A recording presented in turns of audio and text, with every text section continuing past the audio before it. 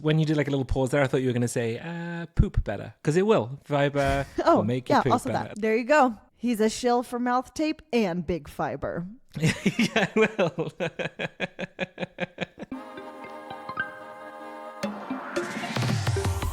Welcome back to the How To Fitness Podcast. I'm Kate Lyman. And I'm Michael Ulloa. And we have a Q&A today. Da-da-da. A medley. A potpourri. A smorgasbord. I don't know what to call it. Okay, I feel like this is a troll. I wrote the word medley wrong, and I thought I spelled it right, but it didn't look right, so now Kate is trolling me.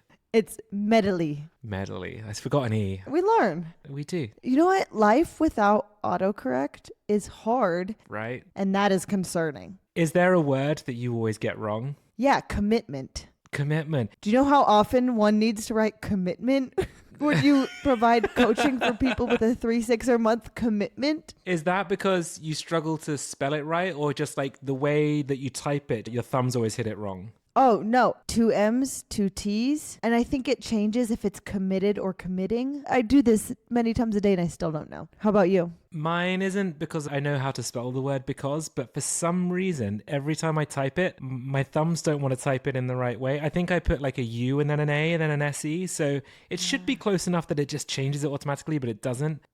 That's the worst. And that's the word that gets me every time. Every time I write because, you just know that I've got angry at my phone before I've hit send. I haven't tracked that when we texted, but now I will. Now I'll never unsee it. Mental note. All right, Michael, what are we talking about today? Well, we're doing a Q&A and it's just kind of a medley, correct? With an extra E. With 2 E's, actually. Extra E. And we're talking about a variety of questions that you got from the recent Q&A on your Instagram, right? Yeah, so this was Instagram, as always, just likes to give you features and then break them to really annoy you so you can't run a business effectively. So I did a Q&A sticker, had a boatload of questions, and then it broke. So I can't answer them there. So I thought, let's bring it over to the podcast and answer what I think are maybe not the best questions, but the best kind of appropriate for the podcast for us to answer here. And we had some good ones. Let's do it. Okay, you get the first question. What is your opinion on working out fasted versus with food in the belly? And I say that's funny because I don't care about your opinion. What is the science about working out fasted versus fueled, Michael? Screw the science. I think it's stupid. No, it's a really good question. The science is very funny on this. Like, it depends what your goal is, right? If you are an everyday person, usually when people ask me this question, I would say 99.9% of the time, it's in relation to losing body fat because they want to be able to do it in the quickest way possible. And doing cardio fasted just isn't going to do that. It's not going to make you burn body fats any way quicker than if you did it with food in your stomach. And it always confuses people because people manipulate the science to make it look like something is being done. So when you exercise on an empty stomach, you will use more fat as a fuel source throughout the workout. So therefore people think, great, I'm burning body fat. This is why like those Lyman devices, and you get these devices that tell you what fuel substrate you're burning when you're doing exercise. It's fine if you want to know that for certain demographics, but in the grand scheme of things, it doesn't really matter. Like if you do a fasted cardio workout, after the workout, your body's going to switch to using more carbohydrate as an energy source so that it balances things out. So in terms of body fat burning, I wouldn't even worry about it. Just look at your overall 24-hour caloric intake compared to calorie burn. However, if you are a long endurance athlete, there is a benefit to occasionally doing fasted workouts because it gets your body better at using fat as an energy source. And that is what you will use on really long endurance cardio sessions. So if you're wanting to optimize that to improve your sporting performance, there could be arguably some benefit to you doing some fasted workouts. That's it in a nutshell. In the height of my endurance running days, knowing that benefit, I did try some fasted runs and my performance is so poor. Fasted that this can't be any benefit. But that was only my experience. That's why the research is so great on this, because it is so case dependent. Some people perform really well fasted and their output is actually pretty good. Therefore, doing a few fasted sessions might have some benefit. But for a lot of people, myself included, if I go and do a fasted long endurance session, my performance drops so much that almost the benefit is cancelled out because the workout kind of sucks. So that you do have to analyze yourself whether you think it is a beneficial thing to do. For me, it's just not. Good one. Right, Kate, so thoughts on fasting when breastfeeding? This is funny that these are all opinion and thought focused so far, right? Yeah, I know.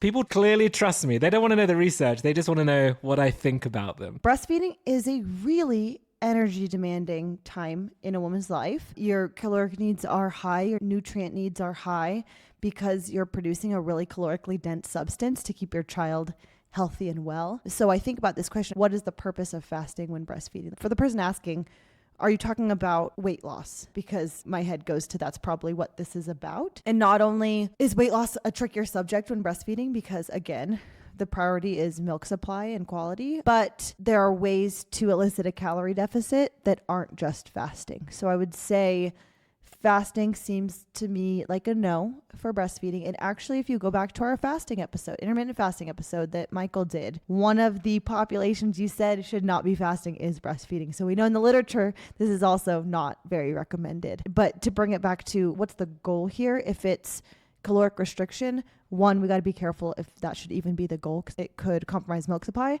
And two, there are ways to do that without fasting.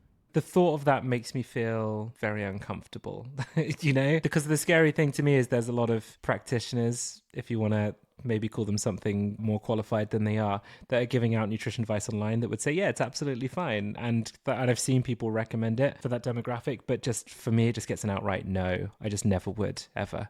Yeah. And the only reason I'm even talking about potential caloric deficit while breastfeeding is really talking about, for example, I have a client right now, she's 20 months postpartum. So this isn't like her child's main fuel source. Milk supply isn't the top priority in all of life right now. So we could potentially play with that because she's now in a place where this can make sense for her. But if we're talking early days breastfeeding, your kid is living off of your milk supply, I wouldn't even go there. Mm-hmm. Yeah, agreed. All right, Michael, I'm excited for this question because I know nothing about it. Mouth tape for better sleep. Proven to work or BS? We spoke about it in a previous episode, Kate, that video that went viral of that influencer that got up at 4:30 and then pretended he was on his computer and cold tipping. So he woke up and he peels off his mouth tape. And every influencer video I've seen recently of them follow my morning routine, where they usually have a load of supplements in it with discount codes underneath, they all start the video with them peeling off their mouth tape. And just the fact that that is what happens in all these influencers videos, in my head, I'm just this is stupid. Or at least it's going to be massively overplayed, the health benefits of this. So I looked into the research around this very, very briefly. Okay, this is not a big deep dive by any means, but all the research I found kept on saying there's not enough research for all the claims that are being made about mouth taping, especially when people are making claims about things like immune function and all these massive health benefits of taping your mouth whilst you sleep. The research just doesn't show it.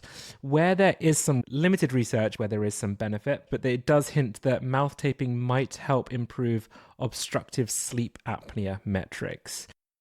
So if you sit within this bracket, then potentially there could be benefits to mouth taping. But yeah, so kind of one of the other findings from this study, however, one study found that mouth taping effectively reduced mouth leak during bi-level ventilation. So there's just all these really niche recommendations of when people potentially might benefit from mouth taping. And it's not every person in the world because some influencer told you it's a cool thing to do. It's one of those things that just instantly puts up a huge red flag for me. I don't even know. I know what this is because the name is clear. And I feel like I've seen one person rip the mouth tape off in some video, but I'm so far from being familiar with it. And I'm wondering if is there a leading mouth tape brand? You know how AG1 is everyone's drinking their greens, but when we say greens, they're drinking AG1, or everyone's doing their electrolytes and they mean LMNT or whatever. Is there a mouth tape leader, and are they in the pockets of all the influencers? There is a lot of mouth tape brands. Nasalstrip.co.uk is the first one that pops up on sponsored on Google when you search for mouth tape. UK's trusted mouth tape. I don't know, they might be a great brand that provide very cool things. However, there's a lot of companies here selling mouth tape. So I was just wondering if there's one that's the ad for all the podcasts. That was really my question. We'll see. Now I've searched that, I'll be able to report back in 2 days' time when I've been pummeled by constant mouth tape adverts. The thought of taping my mouth closed whilst I sleep, I don't know how I feel about that. Feels a little claustrophobic to me, but for you, now you're getting up with Jude multiple times in the night. Are you going to really... Can you imagine me trying to resettle him, not taking my mouth tape off? Just going to freak my child out in the middle of the night.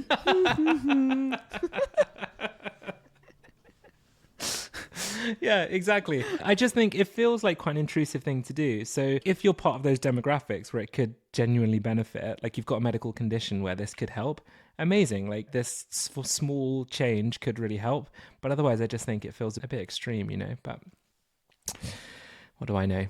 I'm not an influencer selling mouth tape, so clearly I'm not an expert. Yeah, clearly mouth tape isn't in your pockets. Yeah, not yet, Kate. Coming soon, the podcast sponsor, mouth tape. Right, Kate, next question for you. This one really made me laugh. What's up with protein? With everyone hating on protein at the moment and pushing fiber. Have you seen this happening recently? I don't know that I've seen protein hate. Is there really protein hate going around?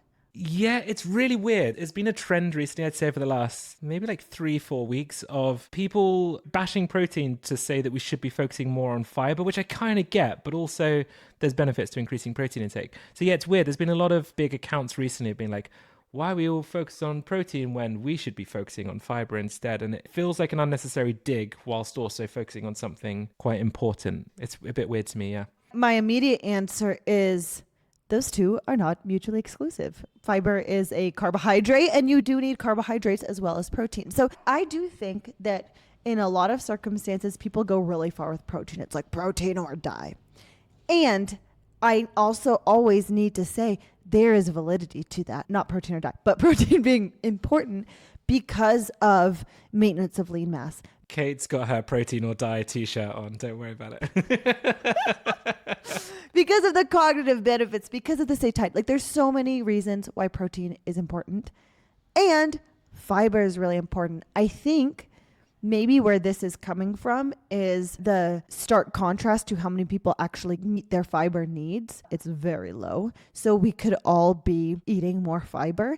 And when we're talking about eating fiber, we're typically talking about eating more fruits, more vegetables, more whole grains, more beans, legumes, good things for us, packed with micronutrients, very satiating, good for our gut and digestion and all of those things. So both are true. I don't think we need to hate on protein. I think we can develop a habit where getting enough protein is pretty standard in our day. And I think everyone could benefit from thinking about more fiber. Most everyone. I'm in that bracket too. Like I think I do pretty well, but I think I can do a lot better. So the last, I'd say like 2 or 3 weeks actually, maybe this content is having a positive impact on me, even though I'm criticizing it. Wow.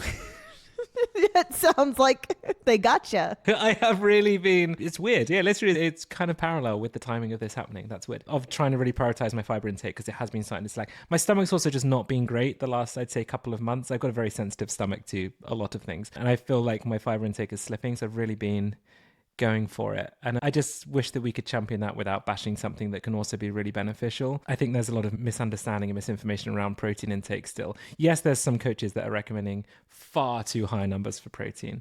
Like it's completely obscene for the everyday exerciser to be aiming for like 200 grams of protein a day. Like it's not necessary. But protein is still awesome. There's so many benefits to like sporting performance, health, whatever, by increasing it. So let's focus on doing both. Too much to ask. Just kidding. I get that it's a lot, but those two don't need to be mutually exclusive. Michael, interesting question here. What should I do if I'm constantly hungry, even though I'm eating, quote, healthy? A nuanced question again. So I don't know. It's funny this, isn't it? Where people start eating a healthy, I'm going to use air quotes as I say this again, healthy diet. Sometimes people go really simple with it. And it depends how you're approaching your healthy diet, right? Just because you're eating healthy doesn't necessarily mean that you're eating all the right things that you should be eating or meeting your calorie and macronutrient goals on a day-to-day basis.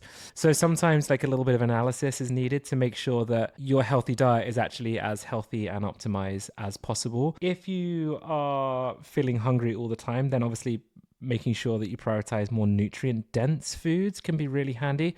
And like a really quick example of that is if I was to give you 100 calories of pasta and 100 calories of potatoes, your potato bowl will be overflowing, whereas your pasta bowl would be very, very, very small. So if you're feeling like, oh, I'm actually quite hungry because I'm maybe having this pasta dish that's quite small, if you went for like a potato salad instead, you could have a lot more bang for buck and your food quantity would actually be a lot higher and therefore maybe a little bit more filling. So there are so many different things that you can tweak with your diet that although macronutrient intake might not be changing much, it can actually have such a huge impact on satiety and fullness. So that's a bit of a wishy-washy answer, but there are so many different things you can do. And just because you're eating healthy doesn't mean you're necessarily getting everything right. the reason to me that's a pretty interesting question, it's like another matter of mutual exclusivity. Like eating healthy doesn't equal full automatically, right? Agreed. Yeah. Because the question is, what do I do if I'm constantly hungry even though I'm eating healthy? Well, you probably are eating more high volume foods that are lower calorie. And that makes perfect sense why you are hungry. Back to more fiber. Those two questions work really well together. No, that was a good answer. It's about volume, it's about satiety, and it's about protein too. To my recent protein haters.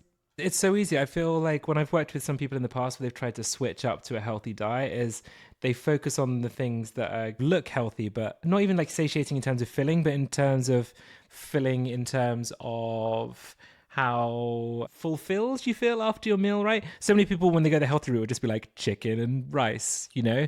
And if you're just eating these really bland, boring foods, that in itself also can have an impact and not be as filling and fulfilling as it should be. So sometimes it does just mean shaking things up and throwing a bit more variety into your diet. And that can be the key to making it work. But yeah, there's a lot of nuance around that one. Satisfaction as well as satiety. Like you can season your food, my friends. Yeah. Get an air fryer. Please season your food. Yeah, cool. Right, last question over to you, Kate. Is it true that any exercise below 45 minutes isn't as effective? No. What? Have you heard that before? Yeah, I've had people ask me this quite a bit. That specific number? Not that exact number, but like, oh, is less than 50 minutes or less than an hour worth it? Or if I'm in the gym only for an hour and a half, is that enough? Like, I think a lot of people have these qualifying questions that they worry they're not doing enough.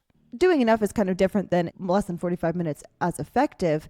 Any exercise is good for us. We think of the literature on exercise snacks, small bursts of energy throughout the day are massively impactful to us. And so any exercise we do is beneficial. Is there more optimal exercise? Yeah, a little longer. You get a better workout in, more effort, etc. But I will tell you, I work out 4 to 5 days a week for 40 minutes. I used to do an hour. I don't have an hour in me anymore. Just time-wise, my workouts are 40 minutes, and I would say they're pretty darn effective. I lift, and I get it done quickly because it's time constraint. So I would love if I could get a 60-minute workout in like I used to pre-kid, but it's just not in the stars right now.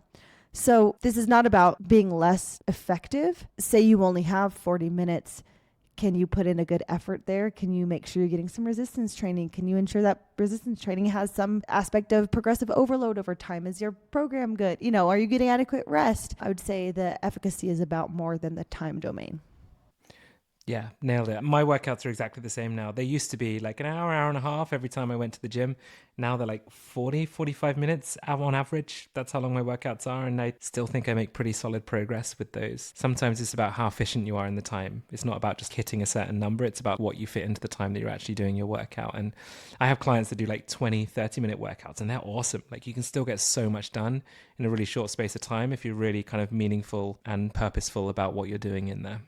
Yeah, I think hopefully a big takeaway from this Q&A is go easier on yourself, folks. Don't worry about the minuscule things too much, the fasted versus fed workouts, the time domain, etc. Get your fiber in, and it's going to make you feel good and be more satisfied and full in your food. That's my takeaway. It will. When you did like a little pause there, I thought you were going to say poop better, because it will. Fiber will make you poop better. That's the route I thought you were taking with that little pause there. Oh, also true. But yeah, it's so true. So since the last month-ish of me improving my fiber intake, stomach is awesome. My digestive system feels so much better. So 10 out of 10, recommend. Better fiber. You'll feel better. There you go. He's a shill for mouth tape and big fiber. Yeah, I will.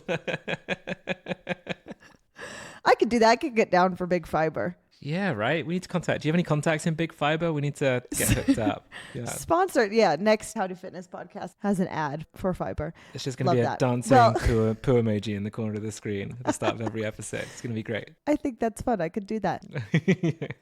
Thank you as always for listening. We love to hear your questions. We love doing a Q&A episode. So for our next one, we'll plan on rounding up some questions from our listeners. As always, if you want to chat more about these topics, you just contact us, email, DM, whatever works for you. I love it. And yeah, go follow us on YouTube, like us, review us, subscribe, whatever it is, and keep spreading the word. We really appreciate it. See you in a few weeks.